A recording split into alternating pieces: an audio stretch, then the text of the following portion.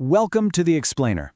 Today we're unpacking the foundations of Google Kubernetes Engine, or as you probably know it, GKE. Now, if you've ever wondered exactly how modern applications manage to handle massive, unpredictable traffic spikes without just completely falling apart, well, you're in the right place. Think about a massive global event, like, say, a highly anticipated video game launch. When Niantic dropped Pokémon Go, they expected a certain baseline of traffic, right? But within days, they were hit with literally 50 times their target. A traditional server setup, that would have instantly melted down. Instead, they relied on GKE to seamlessly scale. It's a complex, incredibly powerful system, but by the end of this explainer, you're going to see just how elegant this solution actually is. All right, let's dive in. So how do you manage millions of users without crashing? That's really the core challenge for modern engineering teams, isn't it? Because before container orchestration, scaling meant manually provisioning virtual machines, tweaking load balancers, and waking up to a chorus of 3 a.m. pager alerts because a server literally caught fire under heavy load. It was pure chaos. Trying to manage all that manually is a lot like an orchestra trying to play this incredibly complex symphony without a conductor. Everyone's just playing at a completely different tempo, and that is exactly where Kubernetes steps in. It's not just a piece of software, it's the master conductor of a massive dynamic digital orchestra. Every single instrument needs to play its part at exactly the right time, and Kubernetes makes sure they do. To figure out how this digital orchestra actually works, here's our roadmap. First, we'll look at Kubernetes architecture for beginners. Second, pods, services, and deployments. Third, we'll compare autopilot versus standard mode. And finally, we'll wrap up with essential tools and monitoring. We're going to move fast through the architecture, so we can get right into how you actually choose the best setup for your workloads. All right, Section 1, Kubernetes architecture for beginners, or as we're calling it, the conductor and the stage. Let's lay down the physical and logical foundation of GKE before we bring any musicians into the mix. So the core brain of this whole operation is the control plane. Going back to our concert hall metaphor, the control plane is the conductor, standing right there at the podium. Its one and only job is to responsibly coordinate all the various parts of the system. It handles all the scheduling, all the API requests. So whenever you want to deploy a new app or change the state of your cluster, you're talking to the control plane. It's constantly reading the sheet music, which is your desired configuration, and comparing it against what's actually happening out there in real time. Now, it doesn't actually play the instruments or run your application code, but it dictates exactly what the rest of the system needs to be doing to keep everything in perfect harmony. And taking direction directly from that conductor, we have the worker nodes. Think of these as the physical stage and the chairs where the actual work happens. These nodes are the muscle of the architecture, typically made up of Google Compute Engine virtual machines. They take their instructions from the control plane and provide the actual raw computing power needed to execute your code. Under the hood, this is where the container runtime, something like containerised, is actually spinning up your application environments. They really are the workhorses here, dynamically scaling up or down based on whatever the conductor decides the performance needs. Moving on to Section 2, pods, services, and deployments, also known as the musicians. Now that we've got our conductor and our stage, it's time to meet the band. These are your workload objects. So these workload objects function together in a very specific triad. Step 1, you start with a single musician, and that is a pod. Pods are the smallest deployable units in Kubernetes, and they're the ones responsible for running your actual containerized processes. But obviously, the symphony doesn't have just one single violinist, right? So Step 2 introduces deployments, which manage identical replicas of those pods. Deployments are actually incredibly smart. They handle self-healing and rolling updates. If a violinist string breaks, meaning, a pod crashes, the deployment instantly swaps in a brand new musician, so the song just keeps going. And finally, Step 3 connects the whole network together with services. Because pods are ephemeral, they're constantly being created and destroyed, a service acts as a stable, static IP address. It's kind of like the perfect acoustics of a concert hall, ensuring that beautiful music actually reaches the audience seamlessly, no matter which specific pod is doing the playing at any given second.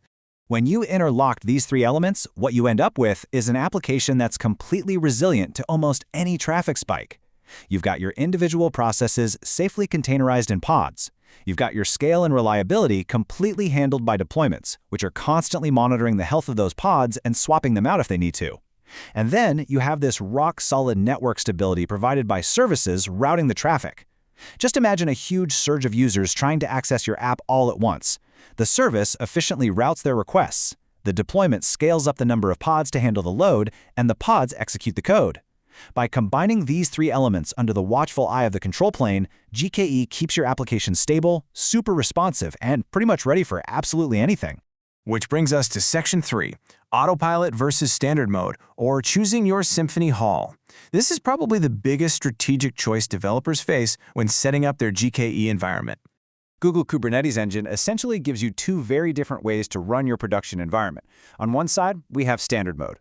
This gives you incredibly granular infrastructure control. You are responsible for tuning the acoustics, building the stage, patching the operating systems, managing the node pools, the whole shebang. On the other side, we have Autopilot mode, which offers heavily automated management. So the question really comes down to this. Do you want the absolute freedom to configure the underlying hardware and Kubernetes parameters, along with, the headaches of manual YAML configurations and 3 a.m. version upgrades? Or do you want to just let the venue handle all that heavy lifting so you can focus entirely on the music? For a lot of modern engineering teams, the choice is increasingly leaning toward Autopilot. The entire philosophy is right there in the name. Focus on the application, not the infrastructure. Look, managing worker nodes manually can be a massive time sink. What makes Autopilot a real game changer is that it shifts the billing and the management completely. Instead of paying for underlying nodes that might just be sitting there half empty, Autopilot bills you per pod. You only pay for the exact compute resources your running applications actually request. GKE automatically provisions the infrastructure, handles all the security patching, and manages the nodes for you. It lets developers totally escape the relentless chore of server maintenance so they can dedicate all their energy to writing great software and actually shipping features faster. All right, Section 4, Essential Tools in Monitoring, our stage crew. We've talked about the conductor and the musicians, but as we know, every great show needs a stellar stage crew working behind the scenes. You really rely on 3 vital tools to keep this entire production running smoothly. First, we have gcloud and kubectl, but it's super important to understand the distinction between the two. Gcloud is your Google Cloud CLI. It handles the broader infrastructure stuff, like provisioning the GKE cluster itself. It builds the venue. Kubectl, on the other hand, talks directly to the Kubernetes API, our conductor. It's how you actually instruct the control plane to deploy your pods and services onto the stage. And finally, we have the Cloud Operations Suite for system monitoring. Think of this as the sound engineers sitting in the back booth. It provides deep telemetry, logging, and metrics, ensuring that if a process even starts behaving slightly strangely, alerts fire off instantly. In fact, it often triggers the system to self-heal before the end user ever even notices a glitch. And that really brings us full circle to this whole concept of orchestrating scale. When you put it all together, the meticulous direction of the control plane, the raw computing power of the worker nodes, the synchronized harmony of pods, deployments, and services, and all of it backed up by those powerful automated monitoring tools, you create something incredibly robust. Whether you're fine-tuning every single dial in standard mode or just letting the system soar effortlessly in autopilot, this architecture really is the ultimate recipe for managing incredible viral demand. For an engineering team, it translates to the most valuable metric of all: absolute peace of mind, and the ability to actually sleep through the night, even when traffic spikes off the charts. So, I'll leave you with this final thought to ponder. As autopilot mode continues to advance and automated management becomes even more sophisticated, will manual infrastructure management eventually become a thing of the past? Are we moving toward a future where developers never even have to think about the underlying servers at all? It's a fascinating shift in the landscape of cloud computing. Thank you so much for joining me for this explainer. I hope you leave today feeling fully equipped to orchestrate your own scale. Keep exploring and keep learning.